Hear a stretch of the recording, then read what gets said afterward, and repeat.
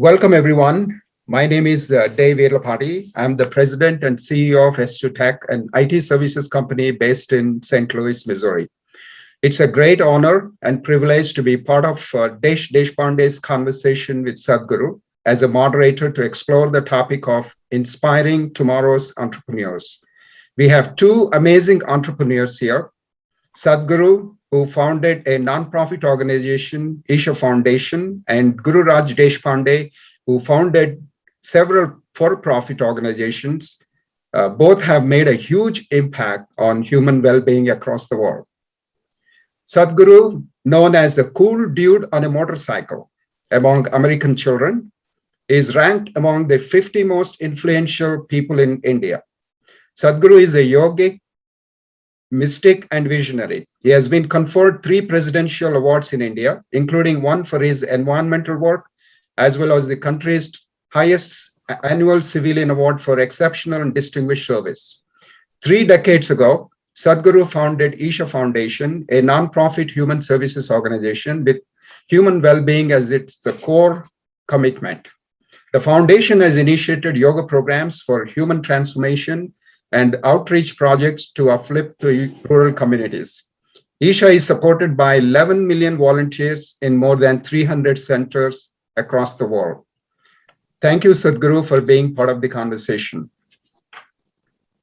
Dr. Gururaj Deshpande, known as Deshpande, is the president and chairman of Sparta Group LLC. Dr. Deshpande founded Cascade Communications with $1,000 investment and sold it for $3.7 billion.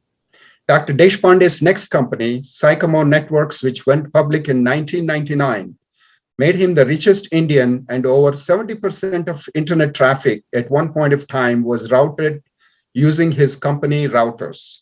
Dr. Deshpande has chaired and funded several other companies since then.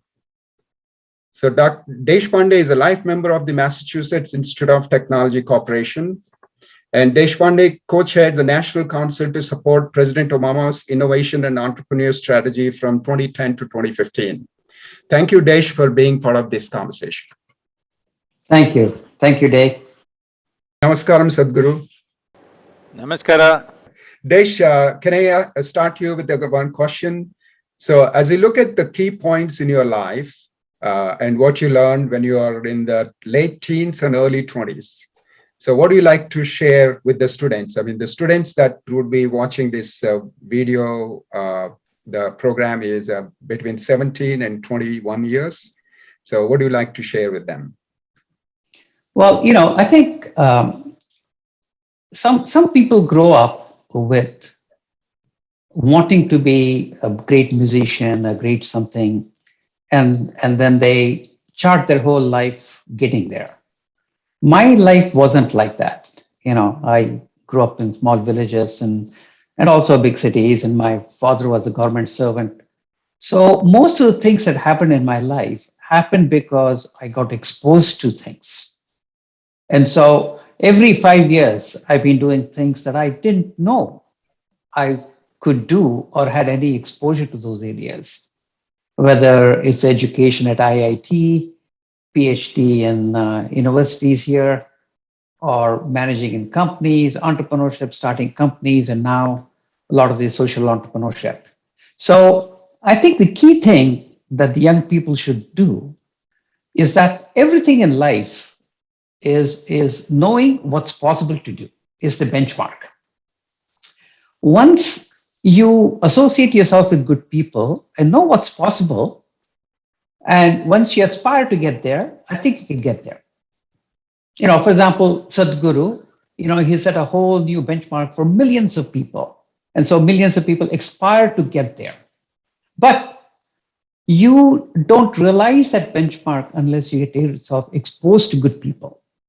So any opportunity to work with great people, people who are very good values, good accomplishments, is what the young people should really look for. And the rest will all unfold by itself.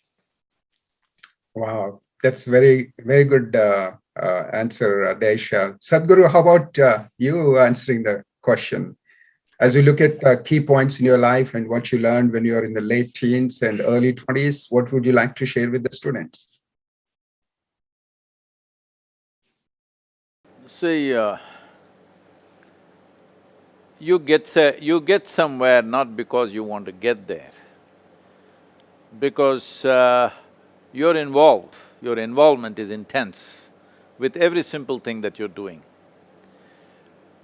Today somebody may say that you are a great person for whatever reasons, that is their perception. But most people who are considered great are doing simple things with great intensity and involvement. It is because of that this has happened. At one time, our inner engineering programs, we used to put a byline, ordinary to extraordinary. So by third day, people asked, Sadhguru, nothing special happened. I said, I never talked about being special. I said, from ordinary to extraordinary, that means you become more ordinary than other people. Because you're so ordinary, everybody thinks you're special, that's their problem. But if you think you are special, if you think you are great, I think you're going to bury yourself into something. So it's extremely important. It is not about the goals, it is about the process. How profoundly are you involved? Like I was talking to, like we have these inside programs here, leadership programs. All the CEOs, over 200 CEOs every year, they come here from across the country and some parts of the world also. They were asking me, what is it that makes this Isha Yoga Center work so efficiently? Because everybody is a volunteer, nobody is really qualified for anything particular, they all do whatever they can do. I said, the fundamental difference is you are all devoted to the goal. Here we are devoted to the process. Every simple thing that we are doing it the way it should happen. Out of that, how far we go, what happens, happens naturally. Wow, this is very good, Sadhguru. Doing simple things with a lot. One important thing we must understand is, see, whatever we are doing right now we are having a conference, you are in St. Louis, he's in Boston, I'm here in Coimbatore. This is not because of us, it's the times in which we exist. If you were here a century ago, do you believe we would be doing this conference? Or if you were 500 years ago, would Desh be, making routers? No, maybe he would be making something, a sword or whatever else of the day, or maybe a bullock cart, who knows? So what we are doing is a consequence of times in which we exist. And it's for us to make the time in which we exist to progress into next possibility. But it is not all ours. We must bow down to every generation before us, because it's because of them today we are doing what we are doing here. So let us not take this as a big, a crown on our head, I've done this and that. Most of the things that we are doing is a consequence of the times in which we exist. Absolutely, Sadhguru. Sadhguru, this technology are coming into this wider use. The gap between rural areas and non-rural areas is widening. How can we bridge this gap? See, I feel technology is the best bridge that after some time, I believe in another 25 years, there will be no rural and urban areas left. World will be like one world. Wherever you are, if you have the necessary competence and the necessary involvement, what you can do in Boston, probably you can do in Bodhinaikapuram in a remote place, I'm saying. Because it'll be so connected, you don't have to be in that specific place. The world where you are geographically will be irrelevant, probably in the next 10-15 years, but I'm thinking, because I'm not as fast as Desh with technology, I'm thinking 25 years. But probably it'll happen in 5-10 years, I don't know, because we don't know what else they're coming up with. But the geographical location of where you are, who you are, what is your qualification, who your father was, which country you are in, all these things will become irrelevant as technology takes on. So there is no better technology. Technology is not creating the divide. Technology is the best bridge that we have. Wow. Desh, what is your take on this? As technologies are coming to wider use, the gap between rural and non-rural is widening. how can this gap be bridged? Now, I get a front view seat here at MIT to see what's going on. And it's pretty amazing what technology can do these days. You can pretty much take every atom and organize it and set things up and so on. In fact, the COVID, for example, the genome came to one of the companies that got started here from MIT called Moderna on January 23rd. By January 26th, they had the vaccine. And then, of course, it took about 9 months, 12 months to go through the clinical trials and everything else and make it available. But technology is becoming extremely powerful. But at the same time, it's creating the divide, right? Because there is people automating and there are people being automated and so on. But I totally believe what Sadhguru is saying. It's the same technology, it's the same innovation, it's the same entrepreneurship that can also help you bridge the divide because it's a very powerful technique. But what's missing is the understanding between the two sides of those communities. I think technologists make the mistake of trying to lead this transformation with just ideas. And the more and more complex the ideas get, the less useful they are. So what we really need, and why I really appreciate what Sadhguru is doing, what Isha Foundation is doing, is to first lead with compassion, really wanting to help those people and co-create the solution with them. Because, it's very presumptuous of technologists to assume that they know the problems of these people and then come up with solutions that make no sense. So you have to co-create the solution, you have to build the capacity within those communities, and then slowly inject better and better ideas. And the problems, can be solved because now we can solve them at scale. You don't have to solve them one at a time. So I think the biggest hurdle in really creating the transformation and pulling it in from 25 years to 15 years is not so much technology, but the bridge between the competence, the people who are very technologically advanced, and the people who have the compassion and the real understanding of what people really need. So if we can bridge those two divides, if we can connect competence to connectedness, if we can inject a huge amount of compassion in that effort, I think we can get there faster. So the compassion helps in terms of connecting the bridge, connecting the divide and making the divide disappear. Okay, that's great. One second, if I can say something, please. See, as Desh pointed out, we are always thinking of figuring out a solution. No, we must figure out the problem. Most of the time, a problem is not figured out, but solutions are being superimposed one on top of the other, and these solutions over a period of time have become major problems by themselves. So, to everybody, this has become a thing in the business schools, even in high schools, they are doing this, and of course parents have been doing this always. What is the purpose for which you will live? And religions have been pushing one kind of purpose, technology is putting another kind of purpose, parents and society pushing other things. See, there is no need to find a separate purpose than life, because life is the greatest phenomena that's happening here. If you become an overflowing of life, that is, if you become an overflowing of your humanity, essentially, you will find a purpose. Because whether you do technology or spirituality or you grow a crop, essentially the fundamental business is human well-being. If we understand this, not intellectually, but if every human being in our education systems, we think that in trying to be objective, we are removing all the subjectivity that a human being is made of. Objective approach is needed for certain aspects of life, but life itself is a subjective process. If we ignore human experience and try to develop technology, try to do things, try to build nations and do everything, all we are becoming is in the end we see we are inhuman to each other. This inhumanity is not coming by intent. It is a systemic inhumanity that is happening, simply because we have not focused on the subjectivity of the human being. We think everything can be dissected and understood. If I want to know you, I cannot know you by dissection. By dissection, I will kill you.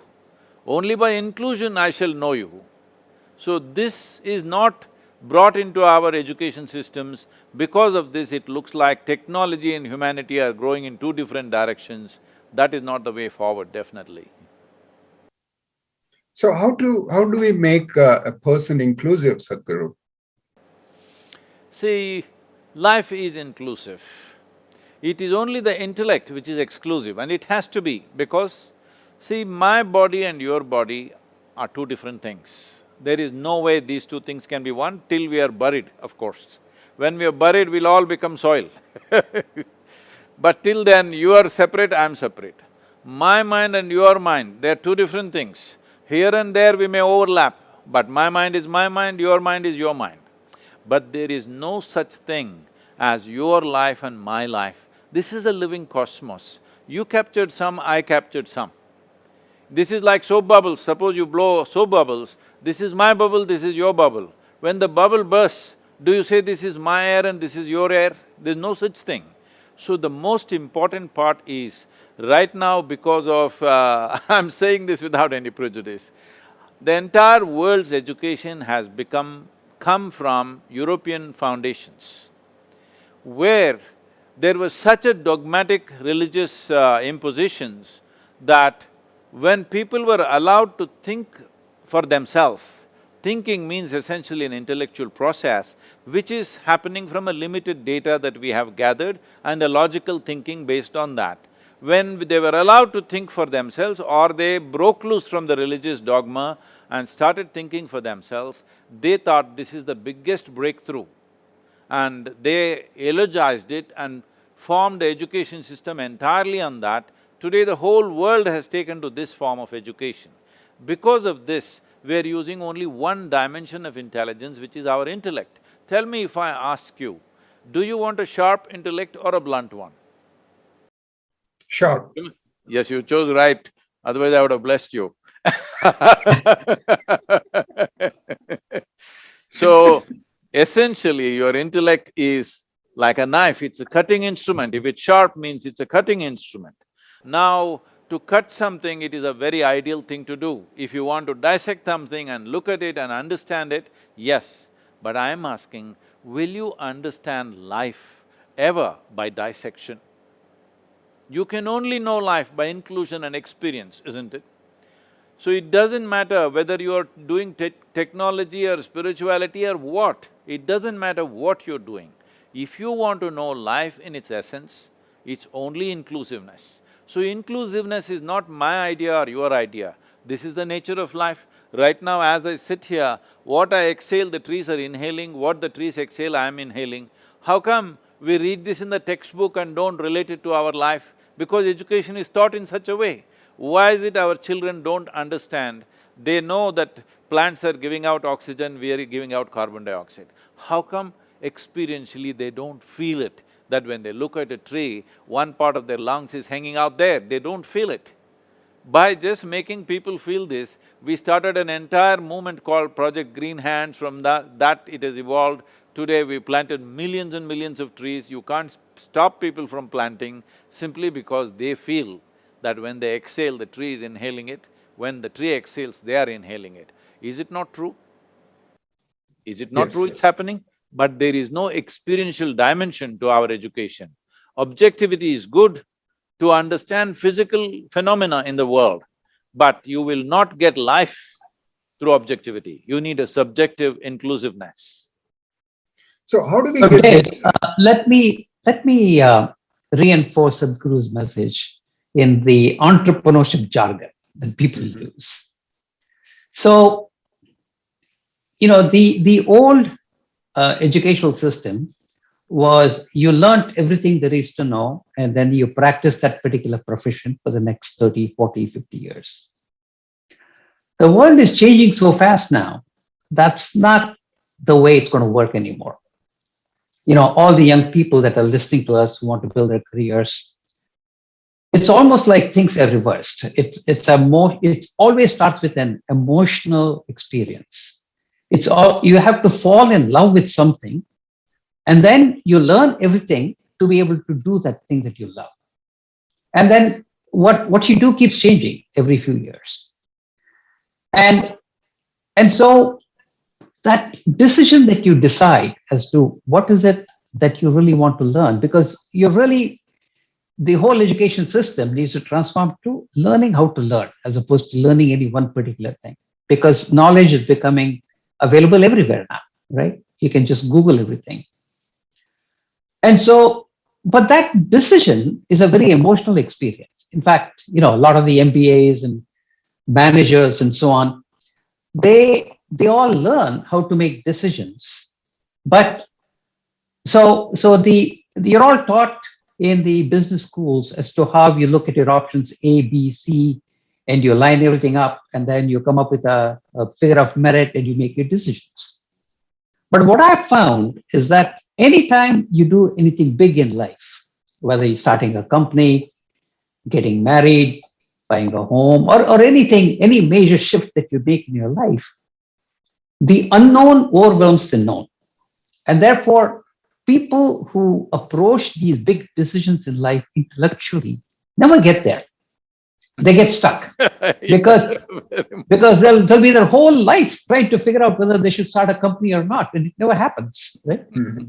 And so the journey of entrepreneurship starts with that emotional experience. It's an irrational decision. But that's what people have to learn. The young people have to learn how to figure out where their passion is and what they love and pursue that particular passion. So your logic can penetrate life to some extent. But right now the problem is we are trying to put the whole life process to make it fit into our logic. It will never fit. Even like they said, even a simple thing like to get married or not, they're going on thinking for 15 years. Should I or should I not? So yeah, no. Everything in life becomes so complex when you try to rationally explain everything that it just doesn't fit in. So Sadhguru, you had a fortune to spend a lot of time in forests while growing up. I mean, you observed the nature, animals, everything, and you had experienced that life, and I was also one of them, so I was okay. That's funny, Sadhguru. But I mean, how do we get the students or children these days when we are all living in big towers and the buildings and all that? How do we get the children exposed to that kind of life around us? The trees, the mountains, and the forests, and the animals, and the life, how they interdependent on each other, and as you talked about the trees, they exhale and we inhale, we exhale and they inhale. That kind of dependency. How do the children get to know this? See, if we are concerned about a child's growth, one important thing is that they must be exposed to nature to whatever extent possible. But not everybody it may be possible, like me, I went off for weeks in the jungle by myself. And it is all now a success story because I survived. But it is very easy not to survive, it's very much possible.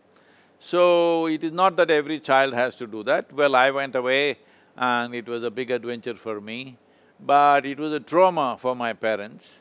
I can't imagine my daughter going away into the jungle without telling me, and how will I deal with it? Definitely it's a big concern. But safer ways of doing things are there. In most countries it is possible still to do it. So one thing is when we build a school, right now here we have a school. Well, we are a few hundred acres, but our backyard is 10,000 square miles of rainforests. Now we are building a leadership academy near Bangalore and also a school. So again we are building next to forest And we have clearly explained why we want it next to the forest, because we don't want either the leadership academy that we are building and the school that we are building, they must have connection with nature, because there is no greater life, there is no greater teacher than life. People think life means life's experience. No, not just life's experience, life itself. The way life process is happening by right now, you just see every insect is a great entrepreneur. Tremendous entrepreneurs they are. Do you know how they make their living? Doesn't matter where you put them, they just know how to make a life out of it. So every insect, every worm, they're all tremendous entrepreneurs. If you just see their relentless focus on what they want and how they achieve it, it's absolutely incredible. Unfortunately, this whole idea, these ideas have been put into human minds that we were made in God's image, all other creatures are here to serve us. This is all rubbish. You just look at an ant, you look at a mouse, you look at a little bird, how much resilience and adventure they have. It's unbelievable what they do, and every day their life is so much at risk. They are not just doing ventures, they are doing adventure every day.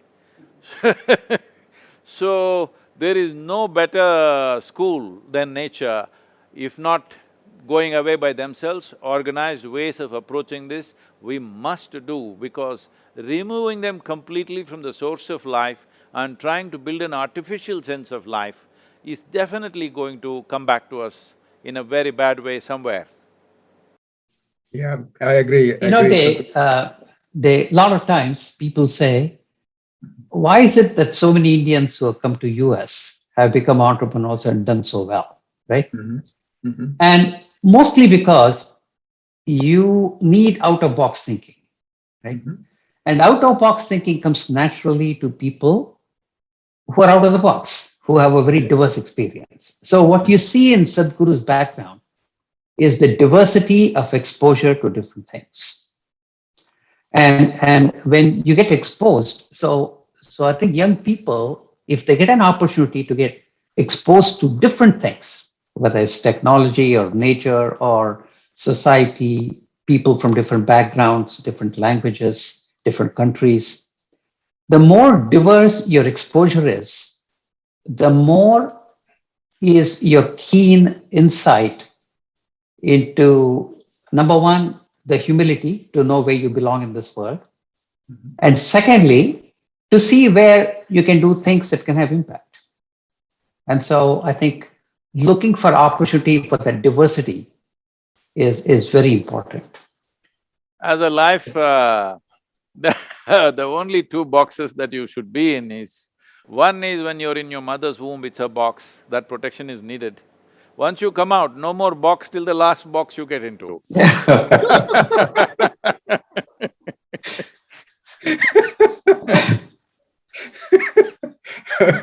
Very well said, Sadhguru, very well said. Sadhguru, you have a attention. You can observe anything and kind of grasp that very quickly. And I was amazed that you drew a painting, Bhairava painting, and it was auctioned off for over 5 crores. And I knew that you are not a painter or artist. And now I am, now I am. now you are. So tell us about that power of attention, that you can watch something and learn something so well that you could do anything. See, every human being is capable of this. It is just that people are busy. Unfortunately, our idea of knowledge has become conclusions, making conclusions, conclusions. I feel 95% of humanity is largely crippled humanity. They cripple themselves, or they allow the society and the dogmas and other kinds of things to cripple them. Probably only 2 to 5% of humanity is leading the humanity forward. If everybody was in that mode, wow, we wouldn't take so many centuries to do this thing. We would have just done it like that if all the brains got together. But unfortunately, most of them cripple themselves. Some of them throw anchors and make sure you cannot go forward. All the time it's happening at all levels. I'm sure all of you have faced it in a million different ways in your lives. So this problem is because we have considered a bunch of conclusions as knowledge. See, there is a very beautiful parable where we are talking about, the first man and woman on the planet supposed to be, at least in some cultures, Adam and Eve. This is a dumb couple who don't know what to do. So, they're just going about their life without knowing what is what. And then it seems the creator or the God told them that you can eat whatever you want except from this one tree, which is the tree of knowledge. By eating the fruit of knowledge, they fell.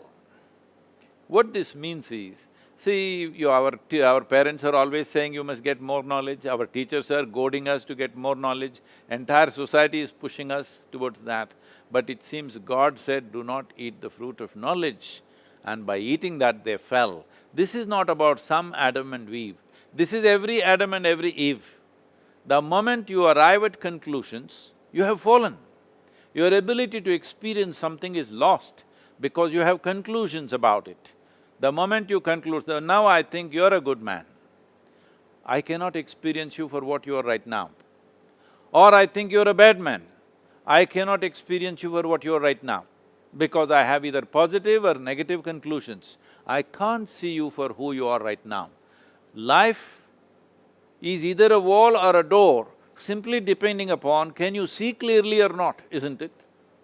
This happened, if it's okay, can I share a simple experience? Sure. Okay. This happened, my daughter, she grew up with me. Since she was 3.5 months of age, she was traveling with me wherever I go. And always I'm staying in so many people's homes, and I noticed that the problem with adults is they all want… when they see a child, they want to teach something. At least they want to teach 1, 2, 3, Mary had a little lamb, something. I said, I saw this urge in them and said, see, I don't want you to teach her anything. Nobody should teach her anything. You can play with her, you can be with her, you can talk to her, but no teaching. They said, how is this possible? If you don't even learn 1, 2, 3, what will happen to this girl? Somebody said, she won't know how many fingers she's got on her hands. I said, it doesn't matter whether she knows how many fingers she has or not, she will know how to use her fingers. That's all that matters to me. I call this 1,000. What does it matter? Hello? You call it 10, I call it 1,000. What does it matter? I know how to use my fingers, that's all that matters.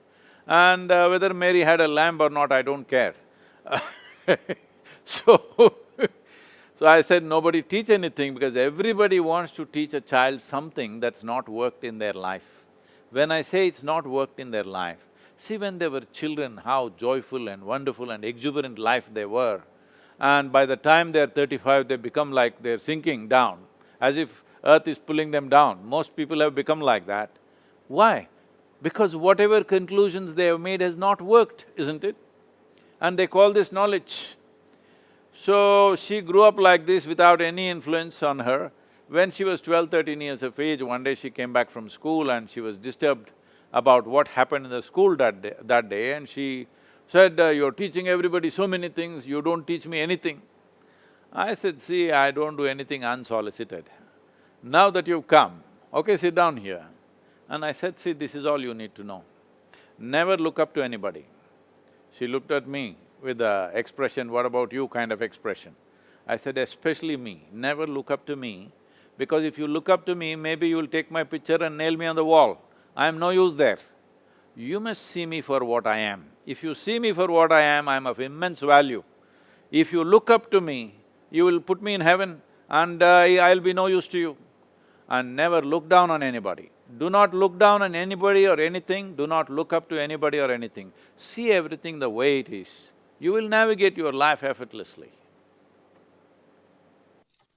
Yeah, absolutely, Sadhguru. So Sadhguru and Desh, we have about 600 students registered for Moonshot Junior Entrepreneurship and Leadership Program boot camp for 9 weeks. Moonshot prepares the students for Industry 4.0, the entrepreneurial revolution and to empower them to become future entrepreneurs and leaders. These students are predominantly from rural areas, studying in Rajiv Gandhi University of Knowledge Technologies, Sri Venkateshwara University, Sri Padmavati Vishwavidyalayam, Isha Vidya, Isha Home School, and Vivekananda Bala Mandir. So these students have submitted over 500 questions, Sadhguru. It was a tough task to get that. Desh suggested that we should involve the students, and so we went to the students and said, your meeting. So these are the questions they have. We gave them the option to ask either Sadhguru or Desh or both. So this is how we selected some questions. So this is the question. First question is from Saumya. She is in Isha Vidya, Ramaniam Metric Higher Secondary School, 12th Standard Commerce Stream. She's in India. This question is for Desh. Desh, what inspired you to develop your idea? I think a lot of it is just realizing that there is magic everywhere. There are some very big entrepreneurs like Bill Gates or Sadhguru and people like that who. Hey, don't put me there. No. Having the ability to make very big differences, right? But as you walk around, there are entrepreneurs everywhere. Just like Sadhguru was talking about the bird, the ant, and everything else. Every institution we look at, whether it's a school or a college or hospital or a company, small company, big company, a retail store, at some, it sort of appears like it's always been there, but that's not true. At some point, it wasn't there, and somebody had the vision to start it. And so there are entrepreneurs everywhere. There are people who look at the world and say, I think it can be different. And they start their journey without really knowing exactly how to get there, but they have the strong urge to get there. And they figure things out as they go along. And when you see that power of ability to see how something can be better and making a commitment and then getting there and getting everybody to believe in that mission, I think it's just a very, very powerful tool. And I started seeing that in everywhere. And that's what got me going. So Sadhguru, what about you? What inspired you to, come up with the Isha Foundation and the things that you're doing? Well, I'm not an inspired person because I don't know how to put this, this could be misunderstood, but let me explain this. See, for me, I have no ambition, because ambition means to achieve something or to get something in life, whatever. I paid attention to life and I saw, if I'm willing, the entire universe is mine. The whole world is mine. All the people are mine. All the creatures are mine. I'm saying your company, Desh's company, all the big companies, I see it as mine. Well, I'm not interested in your revenue, I'm interested in what you're doing. People are always telling me, Sadhguru, this is such a small place, why are you going and talking? I say, it doesn't matter small or big, it is just that what they're doing is important. What their revenue is not my business, revenue is their headache. My thing is, what are they doing? Is it significant in some way? If it's significant, it is mine. Anyway, the world is mine. I'm asking everybody and this little girl from Isha Vidya, is this world yours or not? If it's yours, everything that you can do, you do. As a part of that, Isha Yoga Center happened. That everything that we can do, we are still doing. We are building a large spiritual city in United States, and we are doing many things in the world, not because of an ambition, not because of wanting to get somewhere, not because of wanting to get something, simply because this is our world. We want to make it as beautiful and wonderful as possible. This is a very selfish goal. It is just that, why are you stingy with your selfishness? Include everything into your selfishness, then everything selfishness is wonderful. Everybody is talking about selflessness. How can you be selfless and be active? You cannot be. There is no such thing as selfless because your very experience of life is based on yourself. What you see right now, what you hear right now, only because there is self you can see, hear, speak and everything. So there is no life without self. Now, whether your selfishness is concerned only about you or your family or your community or your nation or the world or the entire universe or all life involved. So I'm saying the simplest way is, if everything is yours, there is so much to be done. Depending upon what is your competency, you do that to the best possible way, that's all there is. So, Sadhguru, when you say everything is Some yours, ways, also. no, I was just going to say, Sadhguru, in some ways, No, that's the biggest… I didn't claim the revenue, Desh. No. But So that's your company is you my know, company, that's how I see. but ability to have an influence on so many people, right? It like you say, it expands as your intentions become clearer and clearer, and the self part diminishes, right? In fact, I see the same thing with companies too.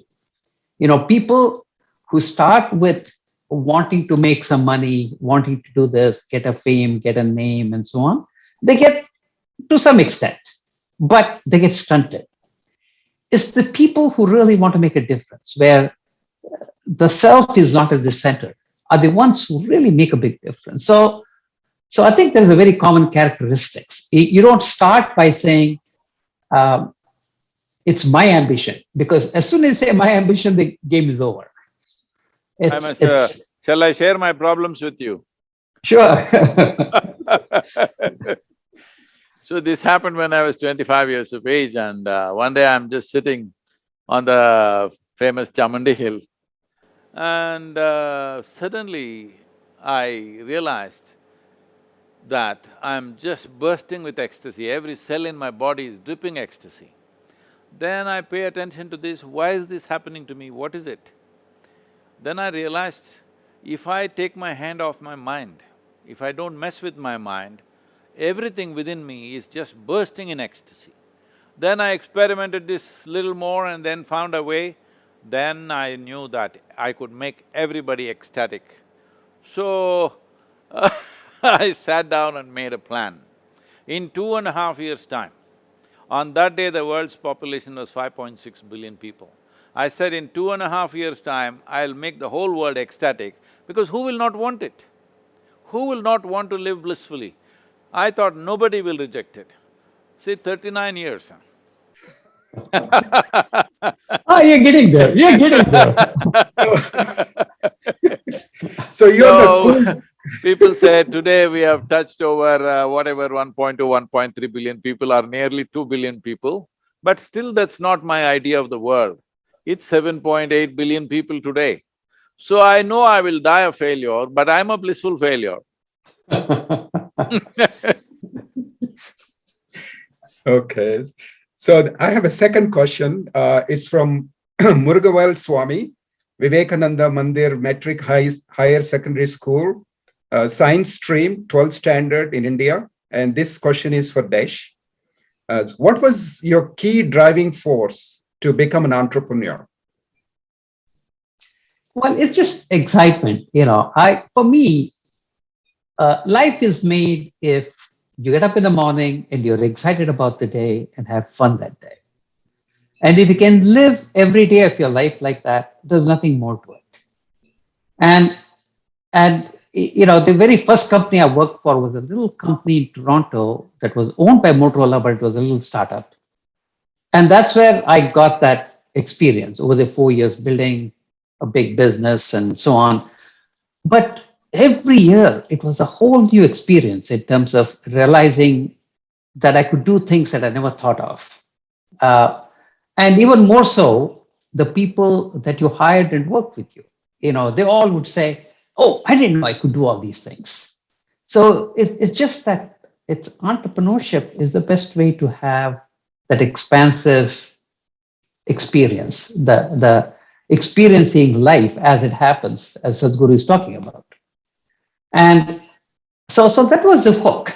And so, uh, and I feel very blessed that I have that opportunity to be able to do that. So, Desh, you could have made a small difference, but with the routers that you and your company and your engineers designed, now you connected all the planets. I mean, today we are having discussion, or this Zoom is one of the reason is those routers are transmitting the data at such a high, fast speed. And we are having, so you didn't just take a small problem, but you took a very, very big problem to solve. Yeah, So, well, but inside of me, I share the same feeling as Sadhguru. I'm going to die of failure. I think the world is so huge and so big. Anything you do, if you can make a small dent in the world, that's a good thing. And the more you do, the more you see what you don't know, right? And so it may sound very big, but I think I don't feel that way. But it's good. It's good to be able to learn the tools, the techniques, and also clarify your own intentions, your own missions, and everything else to make a bigger and bigger difference. But it's such a small effort in what needs to get done in the humanity and the universe that it's a very humbling experience. So you're also talking about humanity, universe, inclusivity. Did you feel that the whole universe is, you're part of the whole universe and you have... Well, I haven't had the experience of every cell of my body experiencing the ecstasy, but I do have my moments of joyous periods, So I'm not quite at the stage of Sadhguru, but maybe Sadhguru will get me there someday. So, hey, count me in that if I don't get you there, it 2 adds to billion. my failure. If I don't get you there, it increases my failure percentage. So Sadhguru, what are your thoughts? What is the key driving force to become an entrepreneur? You're also an entrepreneur. You want to change the world. You want to make the human beings better and live happily, healthily. So what's your driving force? See, nothing drives me, I drive everything, so I'm okay. This is what the significance of this culture, the significance of yogic traditions is just this, that there is no driving force in your life. You are the driving force. You are the peak of evolution on this planet. You should not be looking for any other driving force in your life. You must be in the driver's seat. So if you are not the driver and the driving force, then there is a serious problem, because then you will imagine all kinds of things, and these imaginations have led to various kinds of conflicts, various kinds of troubles, and the level of violence and atrocities that we have committed upon each other is, we are not even seeing that it is we who are driving this. See, if I am driving a car and I think God is driving the car, if I hit you, it's God's will, what can I do? If I know I'm driving the car, I don't want to hit you, it's very natural for me to look at it that way. I'm using a very basic example, but it is true in every way, because the worst things on the planet have been done by claiming that I have been driven by something else, whether it's a philosophy or an ideology or a heavenly master or whatever. I've been driven by something else gives you a certain insurance to do whatever nonsense you wish to do. This has to go. The basis of this movement is this, from religion to responsibility.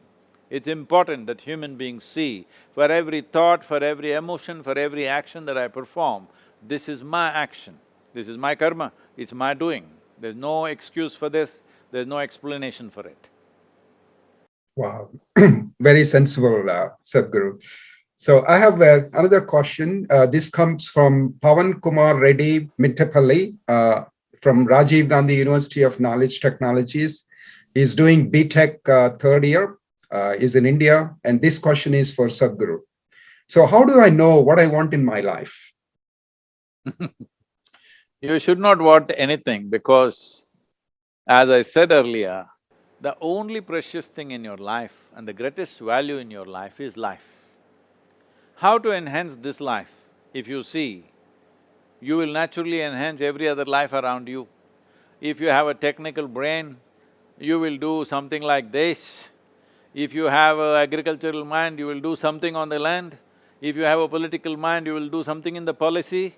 If you have a spiritual mind, you'll do this. That is an inclination of the mind due to certain exposures and inclinations have developed because of exposures that we have.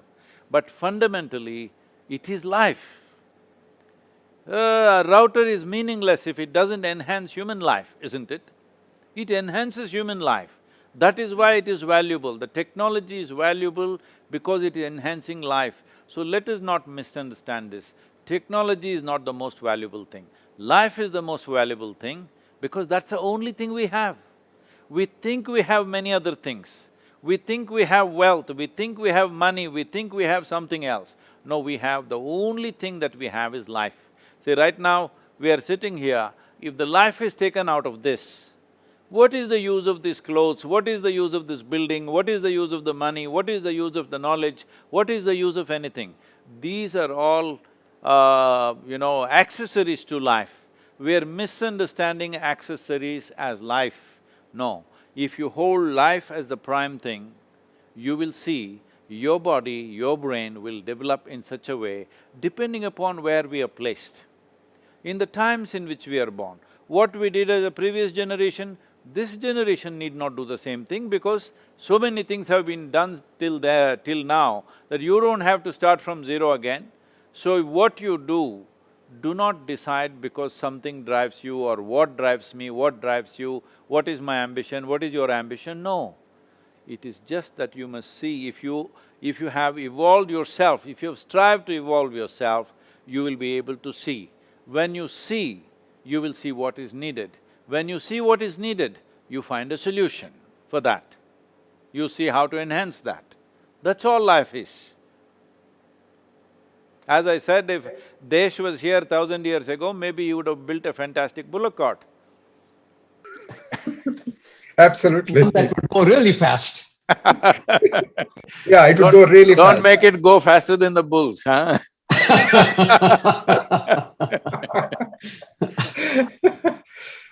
Desh, you want to share about that? Something? Yeah, I think it's what I find is that people who have a vibrant life, countries that have a vibrant life, communities that have a vibrant life, the people there are excited about life and they see, it's not like they don't see problems, but when they see a problem, they get all excited and they want to solve it, right?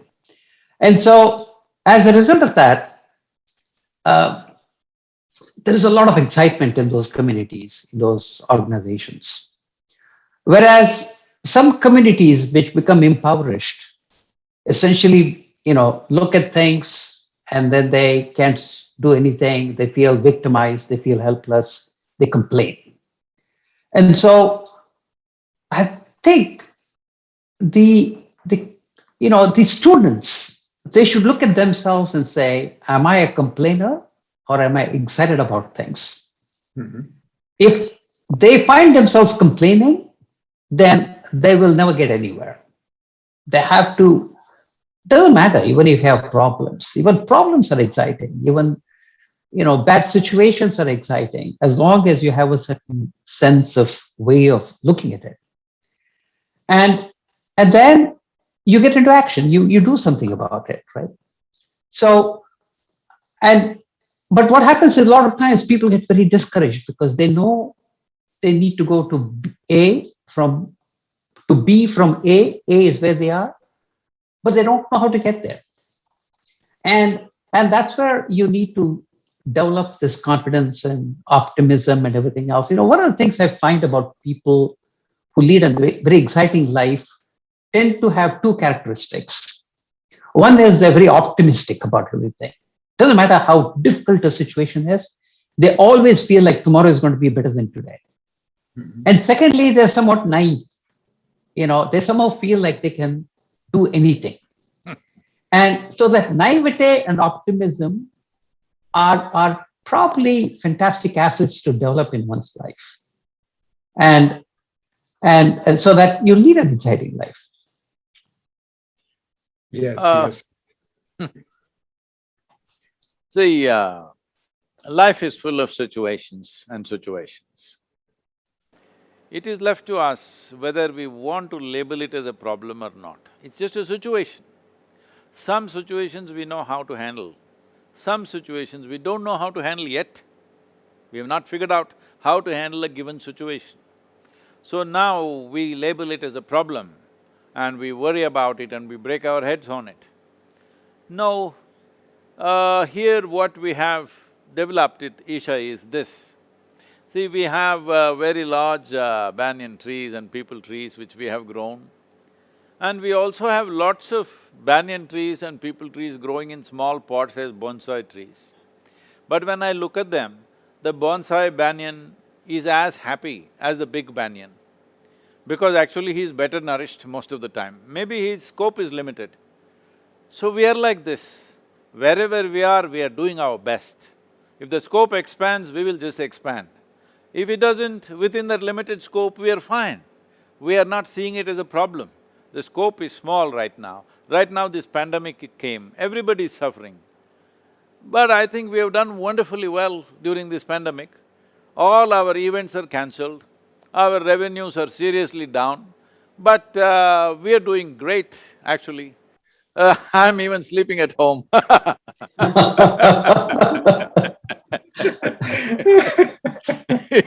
So there is no complaint, it's a different situation. So Yes. this situation we are doing, and actually in terms of reaching people, because that's our main work, in terms of impact, we have multiplied in this 1.5 years' time. We are using technology like never before, thanks to Desh for blinking faster. Uh, So so the faster and faster they blink, the reach is bigger and bigger, because this is the first time in the history of humanity. Many great beings have come, but when they spoke, hardly 10 people could hear. Out of then 10 people, 5 people will go and misinterpret some other way, another 3 people will go and say some nonsense, 1 or 2 people may transmit whatever that was said. This is the first time in the history of humanity we can sit here and talk to the entire world. Now if we do not transform humanity, in my opinion, it simply means that we don't care. Because we have the tools, we have the technology, we have all the possibility. If we don't do it, it just shows that we don't care. Like, we have all the food that we need in the world for all the 7.6 billion people. Still 20% of them are hungry, malnourished, whatever, 20 to 25%. This is simply because we don't care. We can transport food wherever we want. We have not cared enough. So at least transmitting knowledge, transmitting methods and possibilities for human well-being, if we don't do it now, with all the means on our hands, now that shows that you lack humanity. Because human beings are suffering their own minds, their own bodies, their own emotions. They don't need any external torture, their own self-help.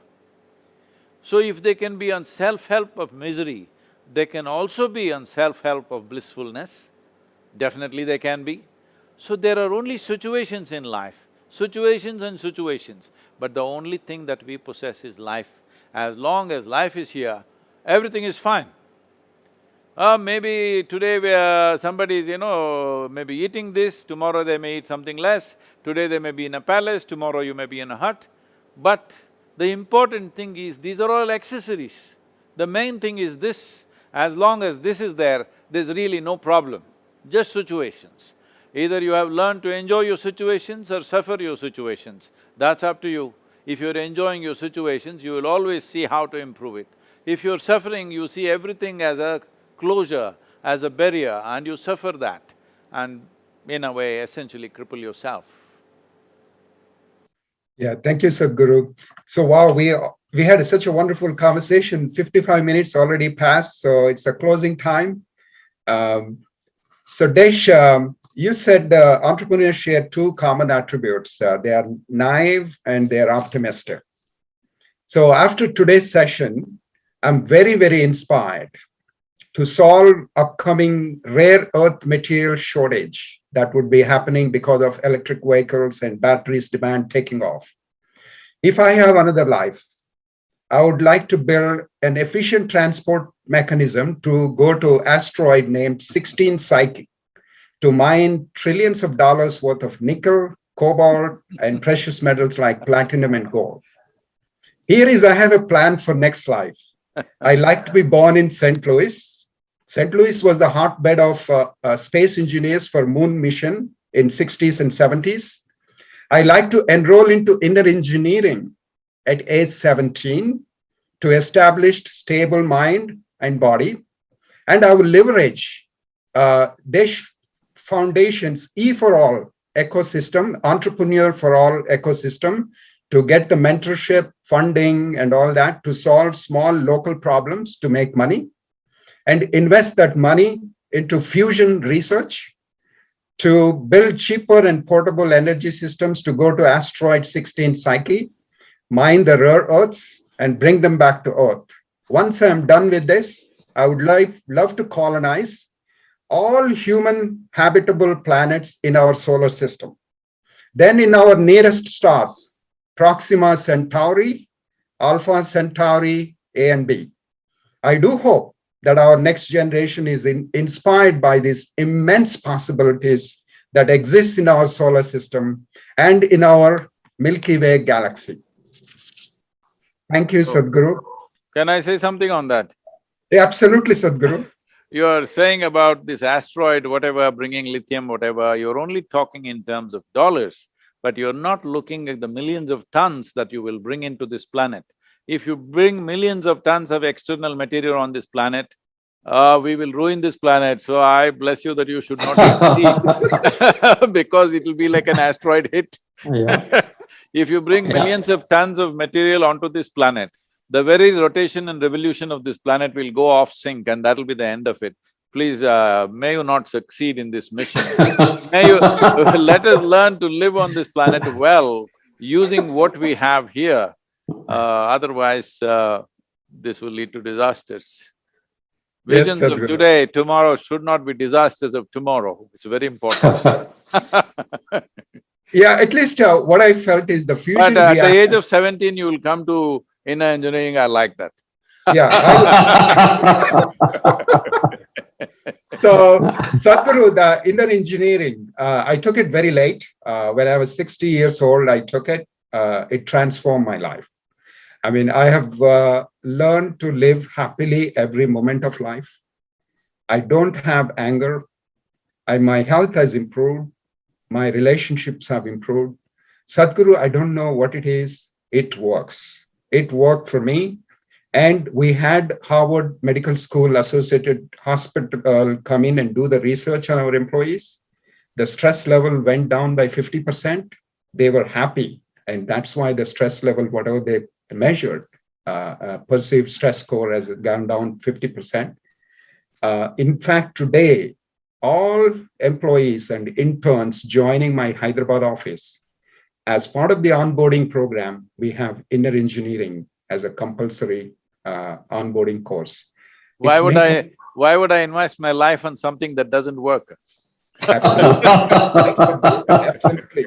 Absolutely. I think people, seeing this program, I would say one thing I would say, this inner engineering works. It has worked, it is scientifically proven, and it has helped me personally, my employees, and my employees went through the pandemic very, very joyfully. They didn't really get worried and concerned. And this program has amazing way to transform and be inclusive and think of whole universe as ourselves and solve the bigger problems that we have using problem-solving mindset and innovation. So we can make this whole planet better. And Desh has a wonderful plan to do this E for all, entrepreneurship for all. And he likes to build an entrepreneurial ecosystem in every university, college, and school or any town. And I would love to see, especially the IITians who are in the United States, who came. We got so much from our country, India. So let's see whether we can team up with the Desh Foundation and roll out this E for All for our universities, our villages, our hometowns, so that the entrepreneurs have the tools and the mentorship and the funds available to make this planet a better planet. That's fantastic, most Thank needed in you. India right now. Desh, Thank you. wonderful. Thank you very much. Namaskaram, thank you very much. Namaskar. Namaskar.